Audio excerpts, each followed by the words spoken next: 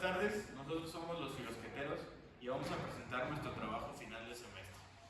A mí, por ejemplo, me llamo Miguel Ángel Puente Figueroa y me va a tocar hablar sobre la modernidad filosófica. Yo soy Fernanda Bravo y yo voy a hablar sobre los temas que abarca la crisis de la modernidad. Hola, yo soy Ivonne Martínez y voy a presentar las corrientes de la posmodernidad. Yo soy Daniel Sánchez y yo voy a hablar sobre la postmodernidad. Hola, soy Santiago y voy a presentar sobre después de la postmodernidad. La modernidad filosófica explicada como una plática común. Imagínate que estamos sentados los dos en una cafetería con un café recién servido. Y tú me preguntas, oye, ¿qué es eso de la modernidad filosófica? ¿Y qué pensaban Bacon, Hegel, Comte o incluso Marx? Y yo te contesto, va, te lo explico, pero sin palabras difíciles. Sí, como si fuera alguna plática común entre nosotros dos. Porque sí, la modernidad puede sonar súper teórica, pero si la aterrizamos a la vida diaria, funciona casi, pero casi como una historia. La historia de cómo los seres humanos empezamos a confiar en la razón, en la ciencia, en la sociedad y también en cómo nos dimos cuenta de que todo esto tiene límites, tensiones y problemas. Todo esto empieza desde el siglo XVII, perdón, y va terminando aproximadamente en el siglo XIX.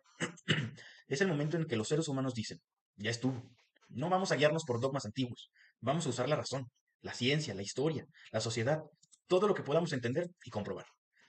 Es un cambio de chip enorme. Piensa en alguien que decide dejar de seguir lo que le dieron, lo que le dijeron toda la vida y empieza a aprender por su cuenta propia. Empieza a observar y a preguntar, ¿y por qué? En vez de decir, así es, porque siempre ha sido así. Ese es el espíritu moderno. Y para armar ese nuevo modo de ver el mundo, aparecen varios pensadores. Cuatro de ellos son clave, lo que son Francis Bacon, Hegel, Augusto Comte y Karl Marx. Cada uno puso una pieza distinta del rompecabezas. Vamos uno por uno. Empezamos con Bacon, Francis Bacon. Es el típico amigo que te diría, Bacon, pruébalo. Imagina a Bacon como la típica persona práctica, la que te dice, no me lo cuentes, demuéstramelo. Si no lo puedes probar, no lo des por hecho. Así de sencillo. Eso es básicamente el espiritismo. Solo confiar en lo que puedes observar, medir, experimentar. Antes de Bacon, gran parte del conocimiento se basaba en autoridades, que eran los griegos antiguos, la iglesia, los grandes filósofos medievales. Pero Bacon dice, el conocimiento no debe basarse en lo que otros dijeron, sino en lo que podemos ver y comprobar hoy en día. Y para eso propone algo que cambia totalmente la ciencia, el método inductivo. ¿Qué es la inducción? Sencillo, muy fácil. En vez de partir de ideas generales y buscar ejemplos que lo confirmen, buscas lo contrario. Observas casos particulares, encuentras patrones, formas una idea general y la vuelves a poner a prueba. Así nace la física moderna, la biología moderna y en general la ciencia como la entendemos hoy en día. Los ídolos, entre comillas, de Bacon son una parte interesante. Es que Bacon nos dice que la mente humana está llena de trampas, ilusiones, prejuicios, y los clasifica en cuatro ídolos, como si fueran cuatro filtros sucios que distorsionan lo que llegamos a ver. El primero, ídolo de la tribu. Son errores que todos cometemos por ser humanos, ver patrones donde no lo hay y exagerar o llegar a suponer. Segundo, ídolos de la caverna, prejuicios personales, cosas que nos marcan por nuestra historia o incluso nuestra personalidad. Ídolos del foro, problemas de lenguaje, palabras confusas, conceptos mal entendidos. El chiste es que el mensaje no llega bien a su destino como debería de ser. Ídolos del teatro, teorías heredadas, ideas viejas que aceptamos como si fueran un guión que recitamos sin pensar. Para Bacon, liberarnos de estos ídolos es lo que permite construir un conocimiento más limpio. Es la base de la ciencia moderna. Luego sigue Hegel, el típico filósofo que veía la historia como una novela épica. Si Bacon es el hombre práctico, Hegel es el filósofo arquitecto que quiere construir un sistema para aplicar todo, absolutamente todo, la naturaleza, la historia, la política, la religión, el arte, incluso la filosofía. Hegel piensa que la realidad en el fondo es racional, que todo lo que pasa sigue una lógica profunda y que la historia no es un caos, es un proceso con un sentido. Después tenemos lo que es el idealismo absoluto. Para Hegel, la realidad última no es material, es la razón o lo que él llama espíritu absoluto. Suena muy abstracto, pero piensa en esto. Es como si dijera que la humanidad, a lo largo de la historia, va tomando conciencia de sí misma y de su propia libertad, y que ese despertar ocurre poco a poco, etapa por etapa. La dialecta, la clave para Hegel, era entender, perdón, la dialecta era la clave para entender a Hegel, la famosa estructura de tesis, antítesis y síntesis. Pero eso no es una fórmula de matemáticas, es más bien una manera de ver cómo avanzas las ideas y la historia. Surge una idea, es la tesis. Aparece su contrario, antítesis. El conflicto entre ambas que se genera algo nuevo, algo más complejo, es lo que conocemos como síntesis.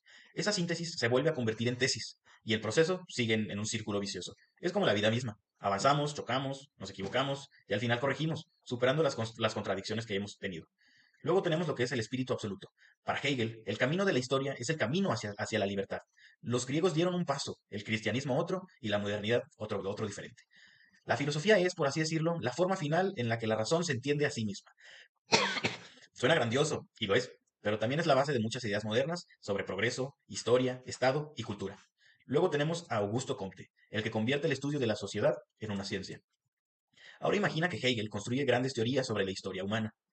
Comte, en cambio, es mucho más práctico. Él te dice, si podemos estudiar la naturaleza con ciencia, ¿por qué no estudiar también la sociedad? Interesante. Ahí nace el positivismo. ¿Qué es el positivismo?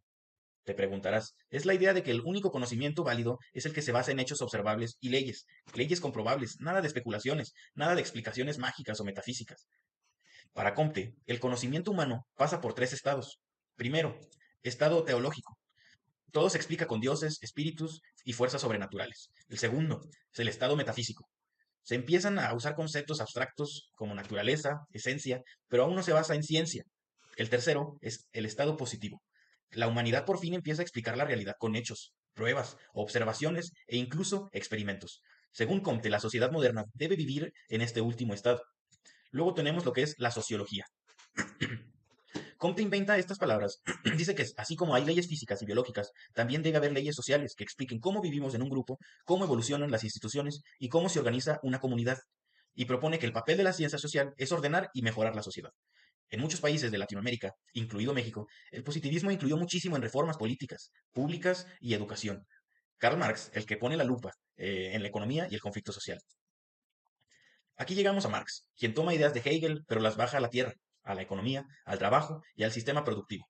Para Marx, la clave para entender la historia no está en las ideas como Hegel pensaba, sino en las condiciones materiales, cómo producimos lo que necesitamos para vivir y quién controla esa producción. Luego tenemos el materialismo histórico. Esta idea dice que toda la sociedad se organiza alrededor de su modelo de producción, lo que es el esclavismo, el feudalismo y el capitalismo. Este modo de producción determina las clases sociales, las leyes, las instituciones e incluso la cultura. Seguimos con la lucha de clases.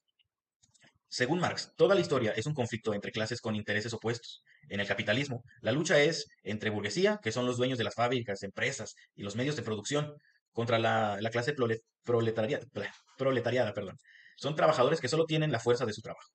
El problema del capitalismo, para Marx, es que el capitalismo es súper productivo, quizá el sistema más dinámico de la historia, pero también es injusto. ¿Por qué? Porque explota al trabajador. También alinea al individuo, concentra la riqueza, no la comparte y genera crisis económicas repetitivas. El capitalismo lleva al socialismo y el socialismo al comunismo. Marx piensa que la historia del capitalismo está llena de contradicciones, que la harán colapsar eventualmente. Después vendría el socialismo, donde los trabajadores controlan los medios de producción, y más adelante el comunismo, una sociedad sin clases, sin explotación y sin estado represivo. Te puede o no gustar la propuesta, pero no se puede negar que Marx fue clave para entender la economía y la política con los conflictos del mundo moderno. ¿Qué tienen en común estos cuatro filósofos? Podrías que pensar que Bacon, Hegel, Comte y Marx no tienen nada que ver entre sí, pero todos comparten una idea central. La realidad puede ser entendida y transformada, y además, Bacon pone las ciencias en la base. Hegel le da a la historia un sentido racional. Comte convierte a la sociedad en un objeto de estudio científico. Marx revela las tensiones económicas y sociales que atraviesan ese mismo mundo moderno. Juntos construyen la estructura mental con la que Occidente piensa: progreso, ciencia, historia, sociedad, economía y crítica. Entonces, ¿qué es la modernidad al final del todo? La modernidad es el gran experimento humano que te dice: vamos a entender el mundo usando nuestra razón y vamos a cambiarlo si es necesario. Es la época en la que el ser humano deja de ver el mundo como un destino fijo y empieza a verlo como algo que puede construir. Pero también es la época en la que aparecen tensiones nuevas, como la ciencia que libera, pero también controla. Progreso que crea riqueza, pero también desigualdad. También lo que es la razón que da sentido, pero también genera burocracias enormes. Historia que avanza, pero también sufre guerras, colonización y explotación. En resumen, la modernidad es contradictoria, pero a nuestra base, desde cómo pensamos las políticas, las sociales, las ciudades, la economía, hasta cómo entendemos el tiempo, el individuo y la libertad. Les voy a platicar sobre algo llamado la crisis de la modernidad. Suena súper filosófico, pero en realidad es básicamente el momento en que varios pensadores dijeron: oigan, todo esto que la modernidad prometió como que no está funcionando bien, ¿no? Y la modernidad creía muchas cosas y creía mucho en 3 cosas. Y esas eran que es que somos muy racionales, que el mundo siempre va a mejorar y que cada quien es dueño de su vida. Pero luego llegaron varios autores, como Nietzsche, Marx y Freud, y dijeron pues que exactamente no. Y por ejemplo, dijeron que no. Y bueno, voy a hablar de otros temas que son igual de la crisis de la posmodernidad, que fue el cuestionamientos de la razón, progreso y la autonomía. Por ejemplo, a ver, la modernidad pensaba que la razón podía con todo, que con pensar bien se arreglaba el mundo y que también creía que el progreso era como inevitable, como si siempre fuéramos hacia algo mejor, que la gente era autónoma, o sea, que era totalmente libre para decidir. Pero con los años nos dimos cuenta de que la razón no siempre se usa para cosas buenas, o sea, el progreso también puede traer problemas y que la libertad depende mucho de cosas como el dinero o la familia o también como tu estado emocional, incluso tu estado emocional. Por ejemplo, no sé, un ejemplo podría ser que cuando dicen de que si estudias y te esfuerzas te puede ir súper bien, pero y si tú estudias, si te esfuerzas, pero igual la vida te pone como trabas, ¿no? O sea, por cualquier cosa, que tú no tengas en cuenta, no puede funcionar y no te puede ir bien. Y pues sí, o sea, justo pasó con estas etapas estas ideas de la etapa moderna y se cumplieron, pero no como se esperaba. El otro tema es Nietzsche, muerte de el nihilismo y la crítica.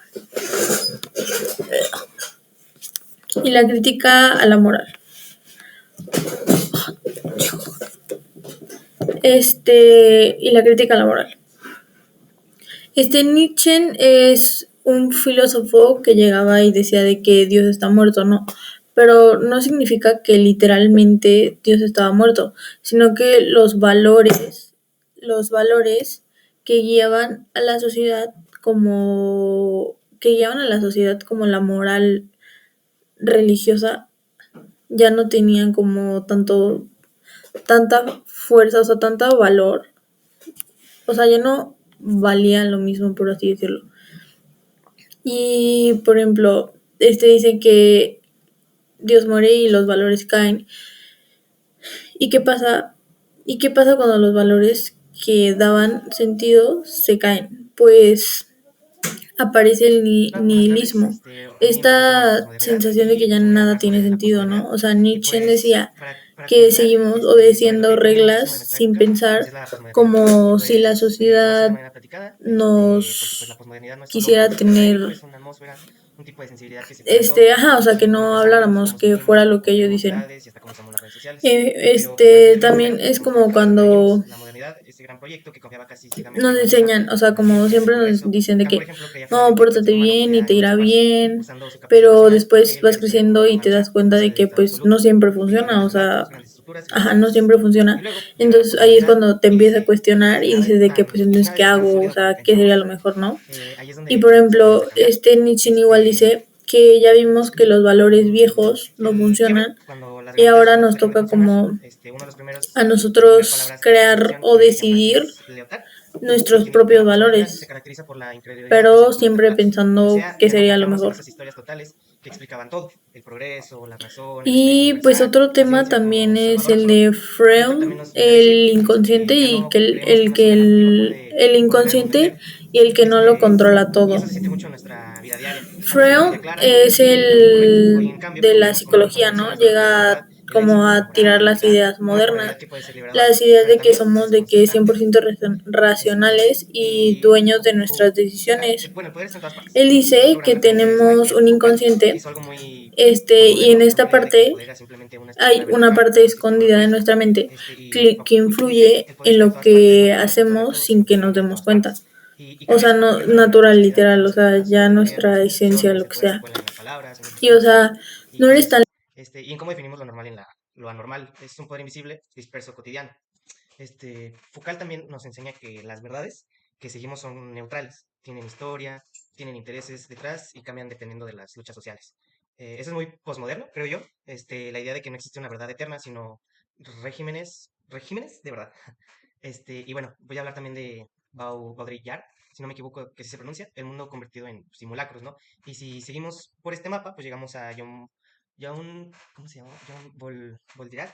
Creo que es el más radical de todos, porque pues él dice que vivimos en un mundo donde lo real ha sido sustituido por simulacros. Para él, pues la posmodernidad es un enorme escenario donde todo es copia de copia, una especie de hiperrealidad donde ya no sabemos si algo es auténtico o simplemente una representación. Y su ejemplo más clásico son los medios y la publicidad, pero si lo traemos al presente, pues sería TikTok, Instagram, filtros, inteligencias artificiales, etcétera. Pues Baudrillard estaría fascinado. Y pues la idea de que ya no consumimos productos, sino signos, apariencias, estilos de vida, eso es profundamente pues, posmoderno, ¿no? La estetización total de la realidad. Y pues ya casi para ir concluyendo, también quiero agregar a Bátimo, que pues lo vimos durante el semestre, lo que es el pensamiento débil. Es un filósofo clave, quien habla del pensamiento débil, y pues no significa que sea pobre o inútil, sino que significa que ya no buscamos estructuras duras, sólidas, absolutas, sino que preferimos interpretaciones flexibles, abiertas, que acepten la complejidad del mundo. Bátimo también nos decía que en vez de tratar de imponernos verdades rígidas, la posmodernidad nos invitaba a convivir con la pluralidad y aceptar el ser humano no puede reducirse a una sola narrativa. Algo muy valioso de Bátimo, pues que es la idea de que la posmodernidad no destruye el sentido, sino que multiplica los sentidos. Y entonces, pues, ¿qué realmente es la posmodernidad?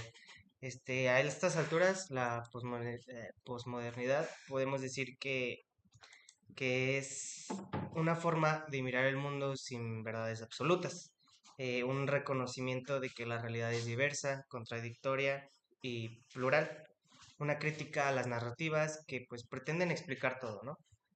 Una invitación a aceptar la ambigüedad, por así decirlo, y una sensibilidad que valora lo híbrido, lo fragmentado o lo irónico.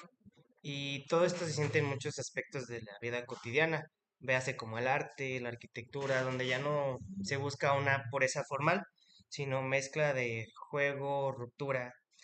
En la política, incluso, donde las identidades ya no son pues rígidas o monolíticas, ¿no?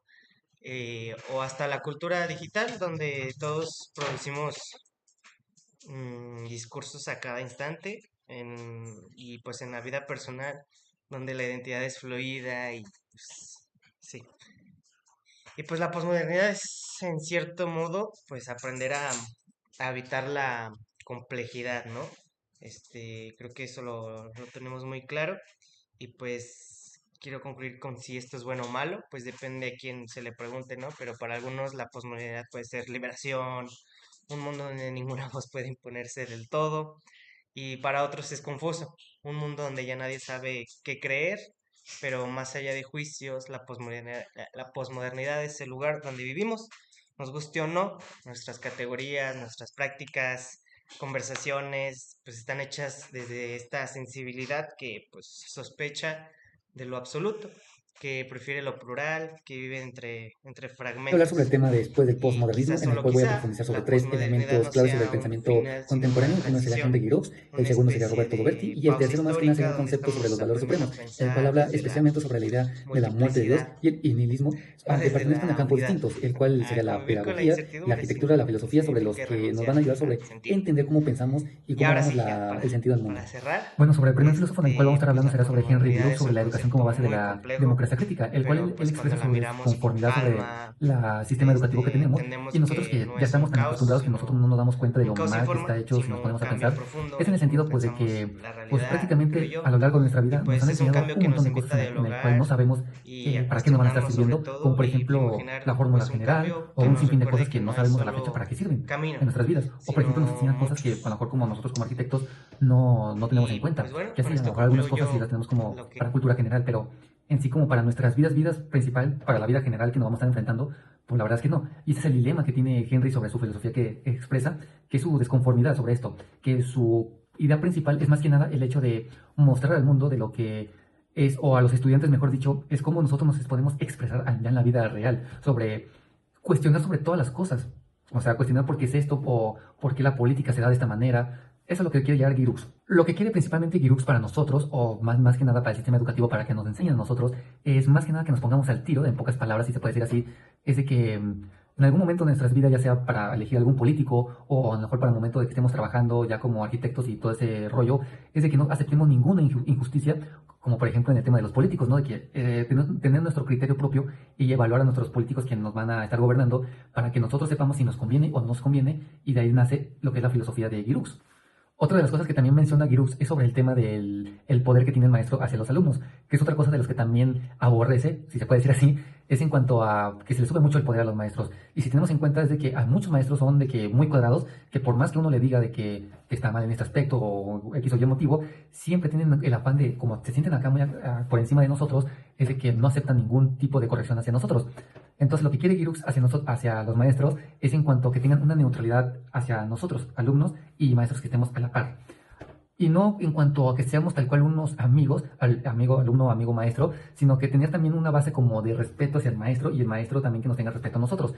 Obviamente teniendo los valores que ya nos inculcaron en casa. Es lo que principalmente quiere Giroux hacia nosotros y a los maestros, y sobre el sistema que tiene la escuela principalmente. Hablando sobre el otro filósofo que se llama Roberto Doberti, que se habla de la arquitectura como una experiencia sensible a la hora de habitar, y que su idea principal o filosofía principal habla sobre una crítica o un cuestionamiento, mejor dicho, que habla que no solamente la arquitectura o la filosofía se debe de vivir como algo visual, que como nosotros como seres humanos debemos de aprovechar nuestros sentidos que tenemos, mejor dicho, y aprovechar mejor esa parte, en el sentido de que no solamente sea algo visual, algo geométrico, que sino también aprovechemos el hecho de tener como una experiencia sensible y más profunda a la hora de estar apreciando lo que es la arquitectura o el arte. También propone que la arquitectura sea un poco más diferente de lo normal, que sea un poco, o que tengamos una experiencia sensible, que esa experiencia sea que ocurra entre el cuerpo humano y el espacio que lo rodea, que sea un poco más profundo y que implica apropiarse de un espacio y convertirlo en una parte nuestra de nosotros, pues.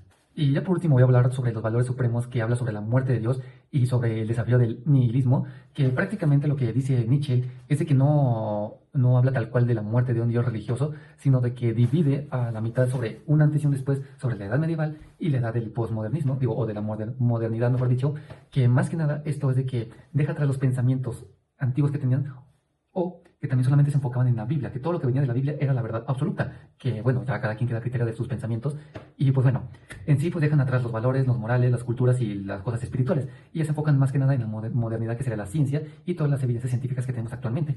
Y que bueno, aquí por consecuencia viene el nihilismo, que pues no sería como una crisis existencial, sino de que las personas ya se empiezan a cuestionar de que ¿por qué de esto y por qué del otro? ¿Por qué tengo que tener una familia? Que mi vida tal vez no tiene sentido en cuanto a lo que había dejado anteriormente, que fue la religión. Y así un sucesivo montón de cosas que fue lo que creó el nihilismo. Lo que opinaba Nietzsche sobre el tema del nihilismo no era sobre que era alguna desventaja o algo malo, sino que él lo veía como alguna oportunidad, más que nada porque veía como que si lo anterior no llegó a funcionar, todo lo nuevo que tiene que venir tiene por qué funcionar. O sea, prácticamente como nuestras vidas, si algo no está funcionando y prácticamente son cosas como que te cuestiona de que realmente dices, como que algo no cuadra, ¿no? Dices, pues bueno, vamos a cambiar las cosas. En sí lo que propone Nietzsche es de que no solamente la muerte de Dios es de que se acabó el sentido de la vida, sino que más bien es como una resurrección que tiene el ser humano en el sentido de innovar en nuevas cosas, en el hecho de avanzar como ser humano y evolucionar como ser humano. Entonces, pues en sí ya sería los temas que quería tocar,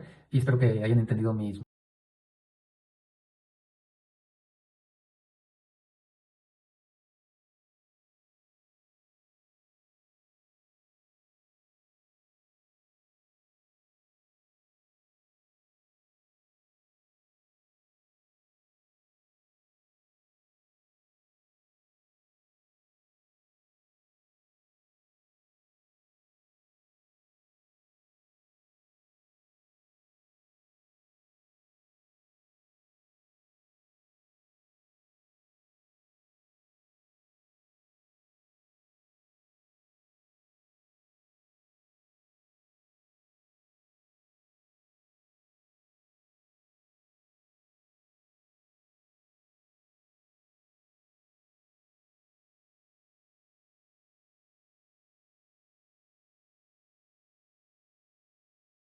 Bueno, a mí me toca cerrar hablando de algo que suena un poco complejo, pero en realidad no lo es, ya que esto es lo que vivimos todos los días y estas son corrientes que vienen después de la posmodernidad. Son ideas que tratan de hablar de cómo somos hoy en día, qué es lo que pensamos y cómo estamos cambiando este pensamiento como humanidad. Voy a estar hablando de 4 puntos, que es el metamodernismo, transhumanismo, poshumanismo e hipermodernismo. Como primer punto está lo que es el metamodernismo. ¿Qué es el metamodernismo? En este pensamiento dice que podemos vivir más o menos como en 2 extremos. Hagan de cuenta que sabemos que no existen verdades absolutas, pero buscamos algo en qué creer. No solamente quedarnos en, ok, no existe nada, o ok, tenemos que creer exactamente en esto. Entonces también vivimos con esperanza, pero también con duda, entre querer cambiar el mundo y sentir que no podemos con una simple tarea. Es una especie de movimiento emocional e intelectual en el que no somos unos totales genios, pero tampoco somos como ignorantes. Queremos creer, pero con conciencia. En el segundo punto, que es el transhumanismo, este nos habla sobre cosas tecnológicas, sobre cambios tecnológicos, donde básicamente hay una pregunta general. Si la tecnología puede mejorar al ser humano, ¿por qué no hacerlo? Esto nos lleva a cambios muy significativos a lo largo del tiempo, que ha sido como la integración de prótesis, que se usan desde hace mucho tiempo atrás, pero también se buscan mejorarlas.